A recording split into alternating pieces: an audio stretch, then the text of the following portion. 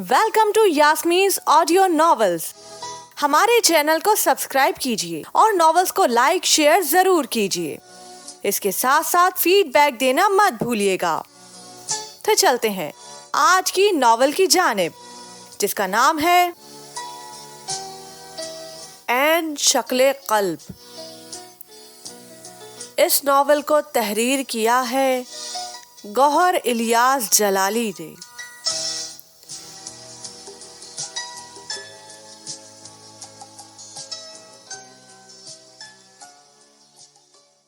पिछली 3 इतवारों से हाफिज साहब मुसलसल पीर हरे दरबार पर हाजिरी देते और एक कोने में बैठकर जिक्रो अज़कार के साथ साथ दरबार में होने वाली सरगर्मियों का अपनी आंखों से मुशाहिदा करते। इस हवाले में वहां आने वाले हाजरीन से कभी कभार गुफ्तगू के जरिए उनके अकायद और ख्यालात को कुरान और हदीस और बुजुर्गान दीन की तालीमात की रोशनी में परखने की कोशिश करते, लेकिन ज्यादातर लोग जहालत के मंदिर में रखे दुनियावी ख्वाहिशात के बुत के पुजारी निकलते। तो बेसाख्ता उनको अल्लामा का शेर याद आ जाता, बुतों से तुमको उम्मीदें, खुदा से नाउमीदी, मुझे बता तो सही और काफरी क्या है, और काफरी क्या है, और काफरी क्या है। इल्मो अमल से बेबहरा नाम निहाद गद्दी नशीन और उनके खुशामदी टोले के लिए हाफिज साहब की आमद पहले तो खुशी का बाइस बनी, लेकिन जल्द ही उन्हें रात की तारीकी में जलते उस चिराग से खौफ महसूस होने लगा जो उनके कारोबार मदफन फरोशी में नुकसान का बाइस बनता जा रहा था,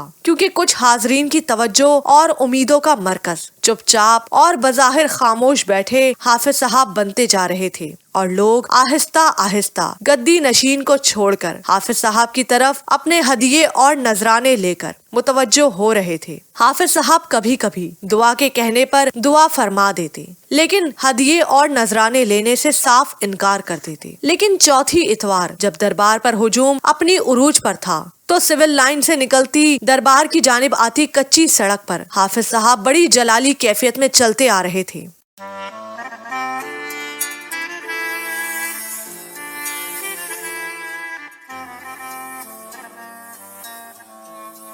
पीर जी, उस हाफिज का कुछ करना ही पड़ेगा, एक खुशामदी ने कहा। मैं भी यही सोच रहा हूँ, गद्दी नशीन ने कहा। ये कुछ करने का इरादा रखता है। क्या मतलब पीर जी? दूसरे खुशामदी ने कहा। ये क्या कर सकता है, यही तो मैं सोच रहा हूँ, गद्दी नशीन ने थोड़ा परेशान होते हुए कहा। उसका यूं हर इतवार को आना, ना कुछ लेना ना कुछ देना, समझ में नहीं आ रहा है। हो सकता है कोई मन्नत मांगी हो, पहले खुशामदी ने कहा। नहीं, गद्दी नशीन ने कुछ सोचते हुए कहा। मैंने भी जमाना देख रखा है, उसकी आंखों में कोई बेबसी के आसार नहीं, बल्कि कुछ और है। कुछ और क्या पीर जी? तीसरे खुशामदी ने पूछा। इतनी देर में हाफिज साहब दरबार के अहाते में दाखिल होते हैं और सीधे अहले दरबार की कब्र के दाएं जानिब खड़े होकर दुआ और फातिहा पढ़ने के बाद एक तायराना निगाह मजमुए पर डालते हैं, जिनमें अक्सरियत औरतों की होती है। कुछ लोग मुंतजिर नजरों से उनकी जानिब देखते हैं कि कब अपनी मखसूस जगह पर बैठें और वो अपनी हाजात लेकर उनकी तरफ जाएं। लेकिन शायद आज उनके समन कदा में गजनवी का जानशीन एक नए रूप में कुछ इस अंदाज से गोया हुआ।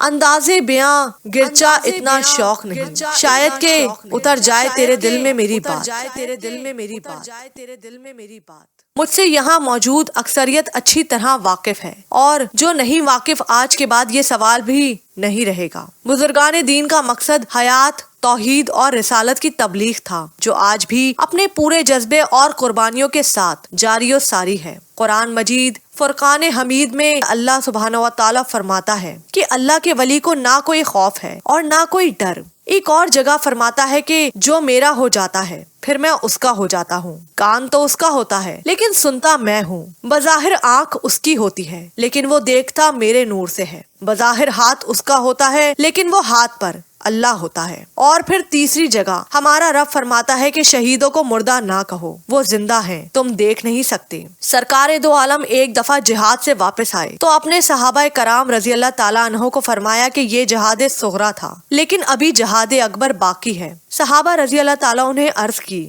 या रसूल अल्लाह सल्लल्लाहु अलैहि वसल्लम, जिहाद अकबर क्या है? आपने फरमाया, अपने नफ्स के खिलाफ जिहाद जिहाद अकबर है। अगर हम उन औलियाए अल्लाह की जिंदगी पर नजर डालें तो हमें पता चलता है कि नफ्स को मारने के लिए उन लोगों ने कितनी अजियतें बर्दाश्त की। इसी वजह से अल्लाह ने उन लोगों पर अपना खास करम और फजल किया। नारा तकबीर। एक मनचले नौजवान ने नारा लगाया, अल्लाह अकबर। दरबार में मौजूद लोगों ने बा आवाज़े बुलंद कहा, जिसे सुनकर इर्द गिर्द के लोग भी उसी जानिब बढ़ने लगे। दाता अली हजवेरी से एक शख्स रुखसत होने की इजाजत तलब करता है। हाफिज साहब हाथ के इशारे से नारा लगाते सामईन को रोकते हुए फिर गोया हुए। आप इजाजत रहलत फरमाते हुए पूछते हैं, क्यों जा रहे हो? वो शख्स अर्ज करता है, हुजूर में आपकी करामात की शोहरत सुनकर 2 साल कबल आपके दरबार पर ये उम्मीद लेकर आया था कि आपकी कोई करामात ही आंखों से देखकर आपका मुरीद हो जाऊंगा। फिर दाता साहब ने पूछा, लेकिन इन 2 सालों में मैंने कोई करामत नहीं देखी, इसलिए बगैर मुरीद हुए वापस जा रहा हूँ। दाता साहब ने उसकी बात सुनकर हल्का सा तबस्सुम फरमाया और फिर पूछा, 2 सालों में मेरा कोई ऐसा अमल, कोई ऐसा इरादा या फिर कोई ऐसा रुझान जो तुमने शरीयत के खिलाफ देखा हो? नहीं हुजूर, मैंने ऐसा कोई अमल, इरादा या रुझान नहीं देखा। वो शख्स बोला, आपका खाना पीना, सोना जागना, उठना बैठना, चलना फिरना, सुनना कहना, गर्ज हर अमल शरीयत और इत्बाए सुन्नत में सरशार देखा है। उसकी बात सुनकर दाता साहब ने फरमाया, इससे बढ़कर और करामात क्या होगी? कोई शख्स भी उस वक्त तक वली कामिल नहीं हो सकता जब तक उसका जाहिर और बातिन सुन्नत के रंग में ना रंग जाए। ये सुनकर वो शख्स आपका मुरीद हो जाता है, दस्ते हक पर बैत कर लेता है। सुभान अल्लाह, सुभान अल्लाह। इस बार सिर्फ चंद लोगों ने कहा, और उनमें भी वो नौजवान अक्सरियत में थी जो कुदरती तौर पर वहाँ मौजूद थे और जिन्हें हाफिज साहब के साथ खासा लगाव और मोहब्बत थी। लेकिन ज्यादातर की नजरें गद्दी नशीन पर पड़ती हैं, जो अपने खुशामदी टोले में बैठा पहलू बदल रहा था।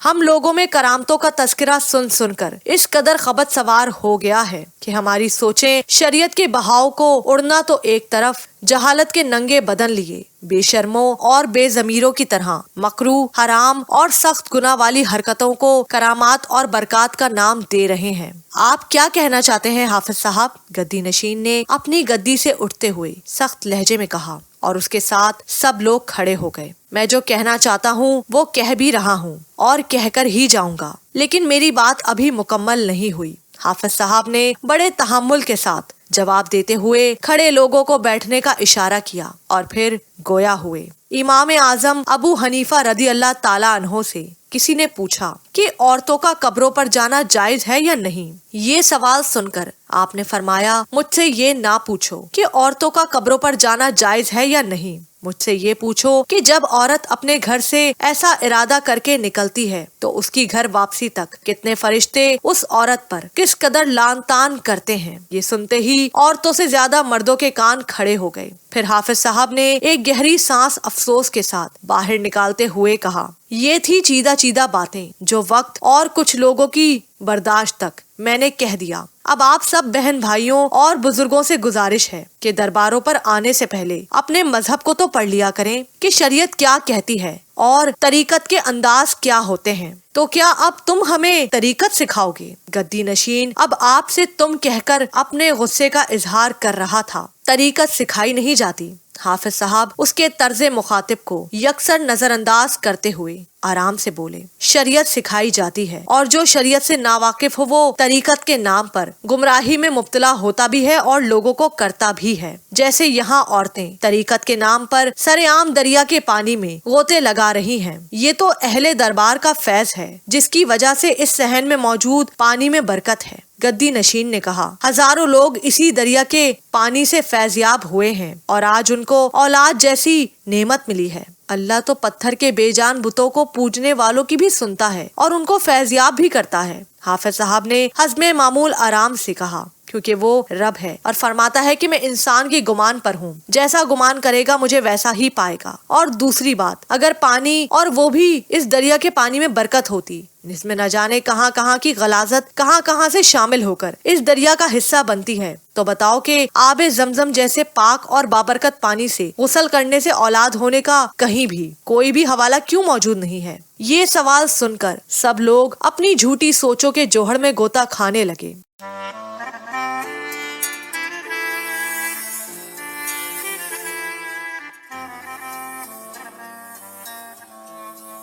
حافظ صاحب آپ تو ہمارے اپنے مسلک اور مکتب فکر سے تعلق رکھتے ہیں. وہاں موجود ایک مولانا صاحب نے مصلحت کے پیش نظر انہیں احساس دلانے کی کوشش کی کہ اس طرح ہم خود تماشا بن جائیں گے.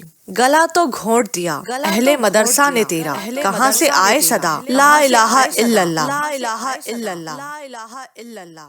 یہ شعر پڑھنے کے بعد حافظ صاحب نے افسوس کے ساتھ کہا، سچ بولنے کے لیے مسلک یا مکتب فکر کا سوچنے والا سب سے بڑا دشمن ہوتا ہے دین کا. اگر مسلک سے ہٹ کر پہلے ہی سوچا ہوتا تو آج ہم سب مسلمان ہوتے، کوئی سنی، کوئی دیوبندی، وہابی، شیعہ نہ ہوتا، اور آج نوبت یہاں تک نہ پہنچتی کہ ہم سب کا خدا الگ، قرآن الگ، کلمہ الگ، حتیٰ کہ رسول پاک صلی اللہ علیہ وآلہ وسلم کی ذات مبارکہ کو نہیں چھوڑا. دنیا میں کسی دین کے پیروکار بھی اپنے رسول کے بارے میں دو رائے نہیں رکھتے سوائے ہم مسلمانوں کے. اسی لیے تو ذلت، گمراہی ہمارا مقدر بن چکی ہے. وہ زمانے میں معزز تھے مسلمان ہو کر، ہم خوار ہوئے تارک قرآن ہو کر، تارک قرآن ہو کر، تارک قرآن ہو کر.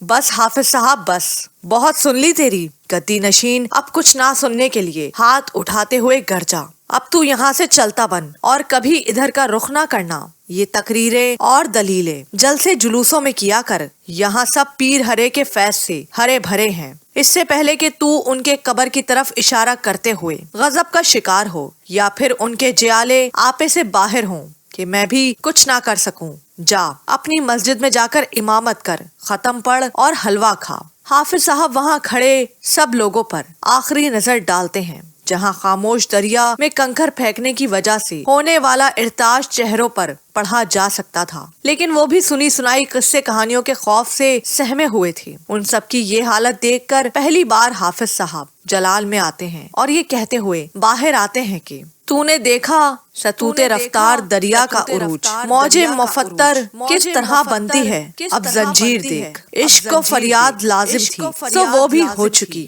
اب ذرا دل تھام کر فریاد کی تاثیر دیکھ، فریاد کی تاثیر دیکھ.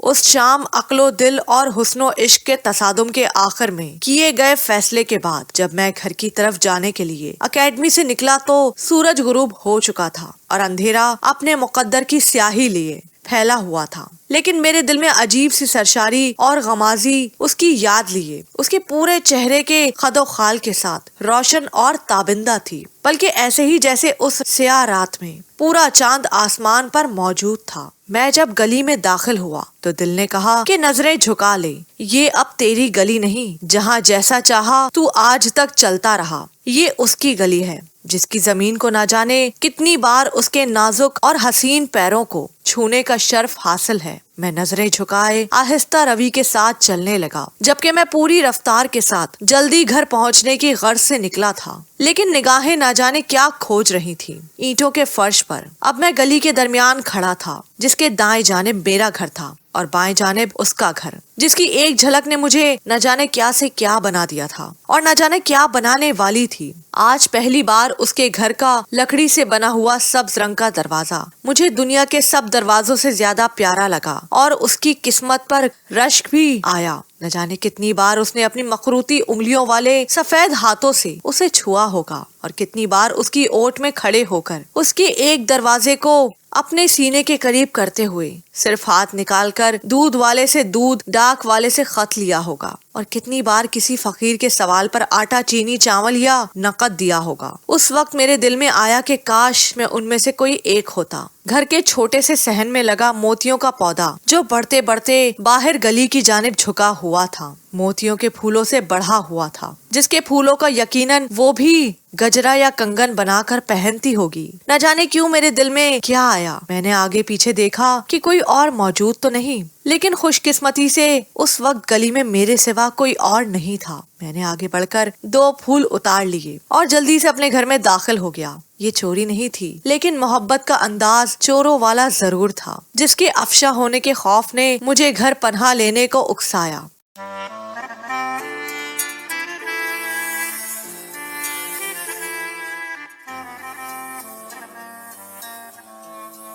بھائی کہاں رہ گئے تھے؟ گھر داخل ہوتے ہی گڑیا نے پوچھا، آپ نے پہلے تو کبھی اتنی دیر نہیں لگائی؟ میں اور پھپھو پریشان ہو رہے تھے۔ اور یہ ہاتھوں میں کیا ہے؟ کچھ نہیں، میں نے فوراً موتیے کے پھول شرٹ کی اوپر والی جیب میں ڈالتے ہوئے کہا، جنہیں میں بند مٹھی میں لیے اس طرح داخل ہوا تھا کہ نہ وہ کسی کو نظر آئیں اور نہ وہ مسلے جائیں۔ تھوڑا کام تھا اکیڈمی میں، امتحانات نزدیک آ رہے ہیں، اسی لیے تھوڑی دیر ہو گئی۔ یہ کہہ کر میں والدہ کے کمرے کی جانب بڑھ گیا۔ میں کھانا لگاتی ہوں، یہ کہہ کر گڑیا کچن کی طرف بڑھ گئی۔ لباس بدلنے کے بعد جب میں سیڑھیاں اتر کر نیچے آیا تو کھانا لگ چکا تھا۔ ہم تینوں نے بیٹھ کر کھانا کھایا تو گڑیا کھانے کے برتن لیے کچن کی طرف چل دی اور تھوڑی دیر بعد چائے لے آئی۔ یہ لے بھائی، گڑیا نے چائے کی ٹرے میز پر رکھتے ہوئے کہا، اور ساتھ منہ بھی میٹھا کریں۔ کس خوشی میں؟ میں نے چائے کا کپ اٹھاتے ہوئے کہا۔ ایمان آپی آئی تھی، گڑیا نے کہا، ان کی بہن کی منگنی ہوئی ہے۔ گڑیا نے رک رک کر کہا، سیدھی طرح کیوں نہیں کہتی؟ باجی نسرین کی منگنی ہو گئی ہے۔ میں نے تعجب سے کہا،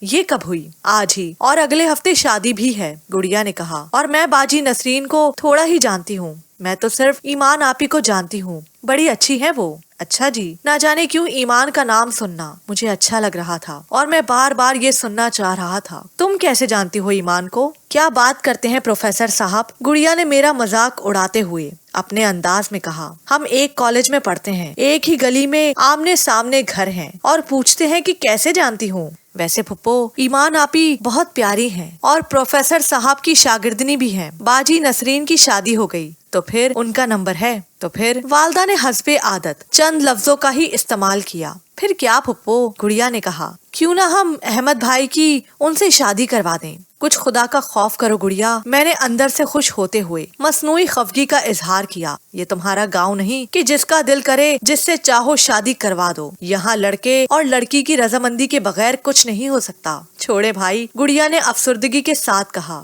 گاؤں ہو یا شہر، لڑکیوں سے بس رسمی سا ہی پوچھا جاتا ہے۔ ویسے آپ کہیں تو میں کل ایمان آپی سے پوچھ لیتی ہوں۔ کیا؟ میں نے حیرت سے پوچھا۔ یہی کہ آپ اپنے استاد محترم سے شادی کرنا پسند کریں گی؟ گڑیا نے اپنی گردان جاری رکھتے ہوئے کہا، اگر ہاں کرتی ہیں تو ان کی ٹیوشن کی فیس معاف۔ کوئی حال نہیں تمہارا، میں نے اور والدہ نے ہنستے ہوئے کہا۔ بس بہت ہو گیا، مجھے اب سونے جانا ہے۔ میرا کام تھا مشورہ دینا، سو دے دیا، آگے آپ کی مرضی، گڑیا نے احسان جتانے والے انداز میں کہتے ہوئے خالی کپ واپس ٹرے میں رکھتے ہوئے کہا، ویسے ایک فائدہ اور بھی ہے، چلو وہ بھی بتا دو۔ میں نے حیران ہونے کی اداکاری کرتے ہوئے پوچھا، سسرال آنے جانے کا خرچہ بھی بچے گا؟ ٹرے اٹھائے کچن کی طرف جاتے ہوئے گڑیا بولی، استغفر اللہ۔ یہ کہتے ہوئے والدہ کو سلام کر کے اپنے کمرے میں جانے کی غرض سے سیڑھیوں کی جانب بڑھ گیا۔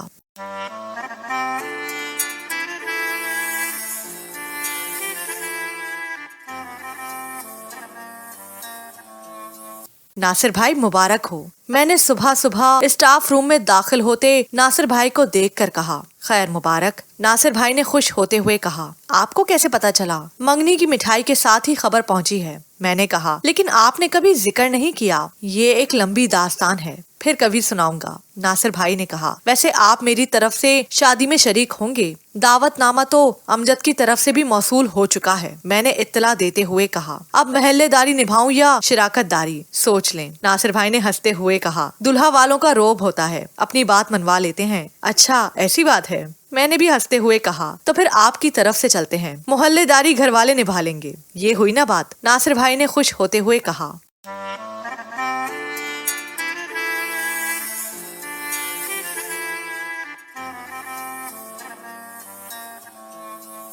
احمد بیٹے، مہندی کی رسم وہ ہمارے گھر کے صحن میں کریں گے۔ صبح ناشتے کے دوران والدہ نے مجھ سے کہا، ان کے گھر کا صحن تنگ ہونے کی وجہ سے میں نے انہیں مشورہ دیا تھا، کمروں میں یہ رسم ممکن نہیں اور چھت پر کرنا مناسب نہیں لگتا۔ یہ تو آپ نے بہت اچھا کیا، میں نے خوشی چھپاتے ہوئے کہا۔ محلے داری بھی ہے، پڑوسی بھی ہیں، اور امجد میرا دوست ہے، اسی لیے آپ کو مزے کا ناشتہ کروایا ہے، گڑیا نے کہا، تاکہ آپ اسٹیج وغیرہ تیار کرنے اور لان کو سجانے میں مدد کریں گے۔ کس خوشی میں نے خوش ہوتے ہوئے کہا۔ اتنے میں والدہ کسی کام کے سلسلے میں کمرے کی جانب بڑھ گئیں۔ ماں بدولت صرف اپنی شادی کا ہی اسٹیج سجائیں گے۔ کیا بات ہے بھائی، گڑیا نے آنکھیں دکھاتے ہوئے کہا، اچانک بڑے خوش ہو گئے ہیں، ایک ہفتے سے تو چہرہ لٹکا ہوا تھا۔ ایسا کچھ نہیں، میں نے سنجیدگی کی اداکاری کرتے ہوئے کہا، مصروف آدمی ہوں اور اللہ کے فضل و کرم سے دماغ بھی ہے، دل بھی تو رکھتے ہیں حضور والا۔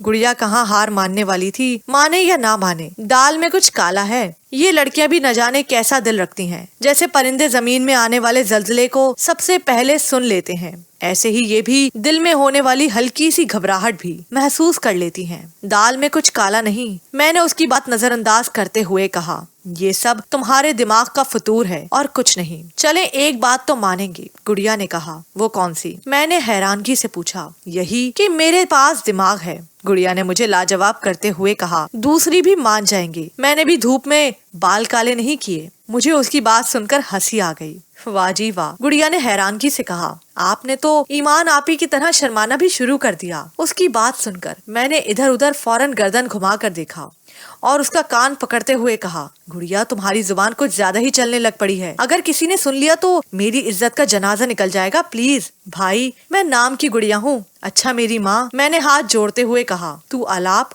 फजूल की रागनी। मैं तो चला।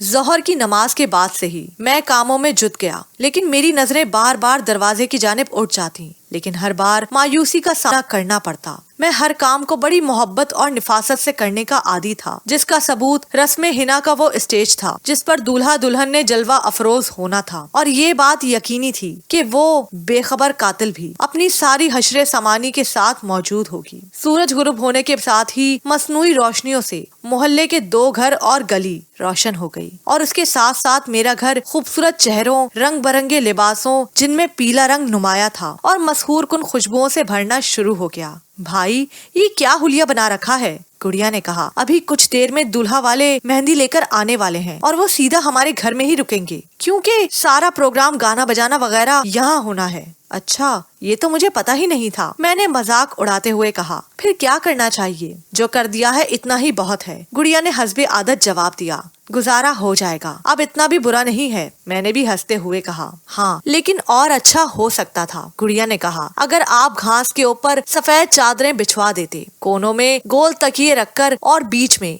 अगर बत्तियां जला देते, तो बिल्कुल महफिल मिलाद का समा बन जाता। चलो फिर ये काम अब तुम कर लो, मैंने उस पर जिम्मेदारी डालते हुए कहा। मैं जरा कपड़े तब्दील करके आया। क्यों? उसने मशकूकाना अंदाज में आईब्रो ऊपर नीचे करते हुए कहा। मैं जवाब दिए बगैर आगे पीछे देखते हुए आंख का इशारा करते हुए कमरे की जानिब बढ़ गया।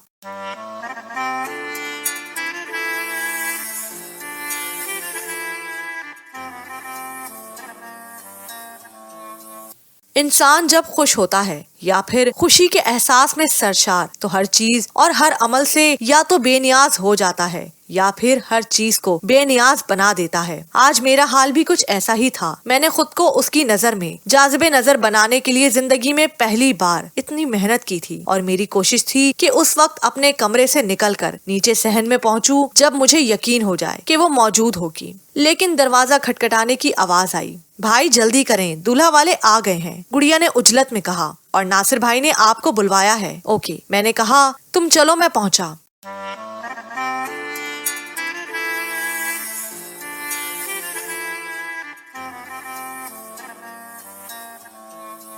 अहमद भाई जल्दी करें, नासिर भाई बुला रहे हैं, किसी 9 या 10 साल के लड़के ने मेरे हाथों को हिलाते हुए कहा। मैंने फौरन इधर उधर देखा, लेकिन शुक्र है किसी की नजर मुझ पर या मेरी हालत पर नहीं पड़ी। सब बाजी नसरीन की तरफ मुतवज्जो थे और माशाल्लाह बड़ी प्यारी लग रही हैं वगैरह की सदाएं लग रही थी। कहाँ रह गए थे? नासिर भाई ने धीमी आवाज में कहा जब मैं उनके गले लगा। सॉरी नासिर भाई, काफी काम था, मैंने माजरत ख्वाहना लहजे में कहा। लेकिन अब फ्री हूँ। फ्री हो या नहीं, लेकिन अब मेरे साथ ही रहिएगा। नासिर भाई ने दोस्ती और एहतराम का अजीब सा हुलिया बना दिया था, जिसे मैंने उनकी अंदरूनी खुशी का इजहार समझा। जी जरूर, आप फिक्र ना करें, मैंने हंसते हुए कहा। फिक्र क्यों ना करूं? उन्होंने भी हंसते हुए कहा। मुझे पता है इन दिनों में दूल्हे के साथ क्या होता है। इस तरह तो होता है फिर इस तरह के कामों में, मैंने कहा तो नासिर भाई ने भी हंसने में मेरा साथ दिया।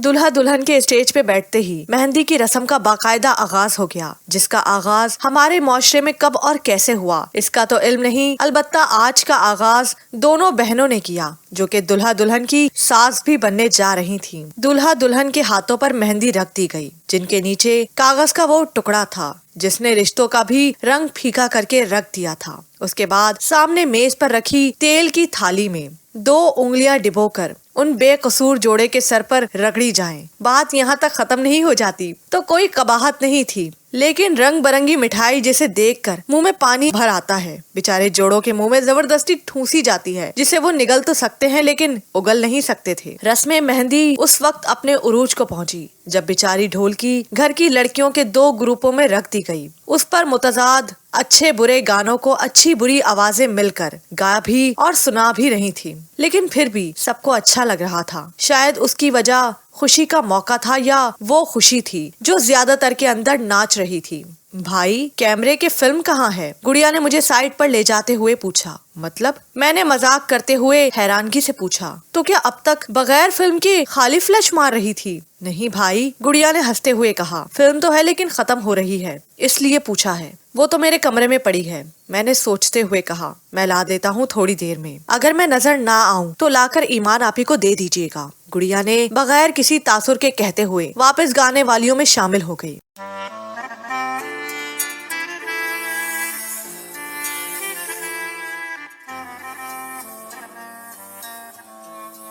हंसी मजाक, गाना बजाना और शोर शराबा इतना था कि किसी से बात करने के लिए कान के करीब जाकर तकरीबन चीखना पड़ता था। मुझे हमेशा से ही सुकून और खामोशी पसंद थी, लेकिन मैं रुका हुआ था तो इस वजह से कि ये मेरा ही घर था। जाता तो कहाँ जाता, या फिर शायद नासिर भाई का साथ देने के लिए, लेकिन बाजी नसरीन के साथ बैठे हुए मुझे ऐसा नहीं लगा कि अब उन्हें मेरी जरूरत होगी। तो फिर रुकने की एक ही वजह थी कि उन नजरों के सैलाब में अपनी नजरों को ईमान के हुस्न से सैराब कर सकूं। लेकिन इतने काम थे कि बस, और ऊपर से वो भी इतनी मसरूफ थी कि एक जगह रुकने का नाम ही ना ले रही थी। कभी किसी को ये चाहिए होता तो कभी किसी को वो, और वो थी हर एक को खुश रखने के चक्करों में चक्कर पर चक्कर लगाए जा रही थी। मुझे उस वक्त उस पर बड़ा प्यार आया, लेकिन काश मैं उसका हक रखता। यही अरमान लिए मैं अपने कमरे में से फिल्म लेने चल पड़ा कि गुड़िया की आवाज आई। भाई, मैंने मुड़कर देखा और इशारे से पूछा, क्या है? उसने भी होंठों को जंजबिश देते हुए बगैर आवाज के इतना कहा, फिल्म। मैं सर को हिलाते हुए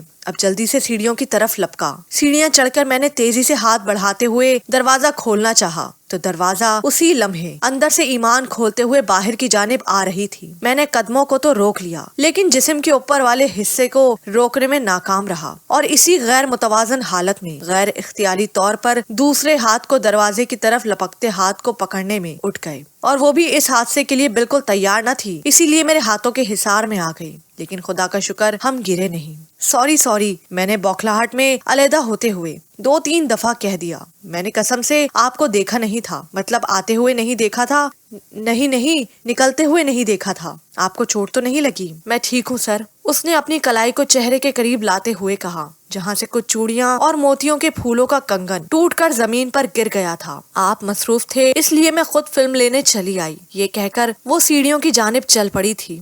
मैं सर झुकाए बिना कुछ कहे खड़ा रहा, और जब मुझे ये एहसास हो गया कि वो जा चुकी है तो मैं वहीं टांगों के बल बैठ गया जहाँ चंद चूड़ियों के टुकड़े और रूठा हुआ फूलों का टूटा हुआ कंगन पड़ा था।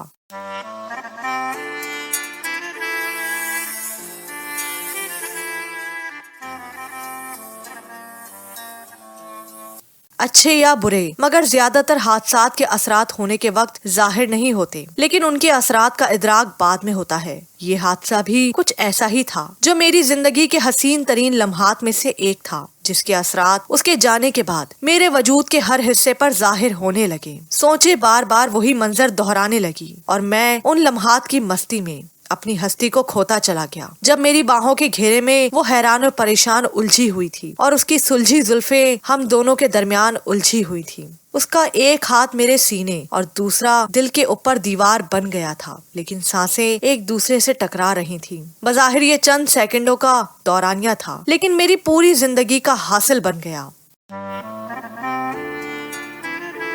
ये पार्ट अपने इख्तिताम को पहुंचा। मजीद पार्ट सुनने के लिए चैनल को सब्सक्राइब कीजिए।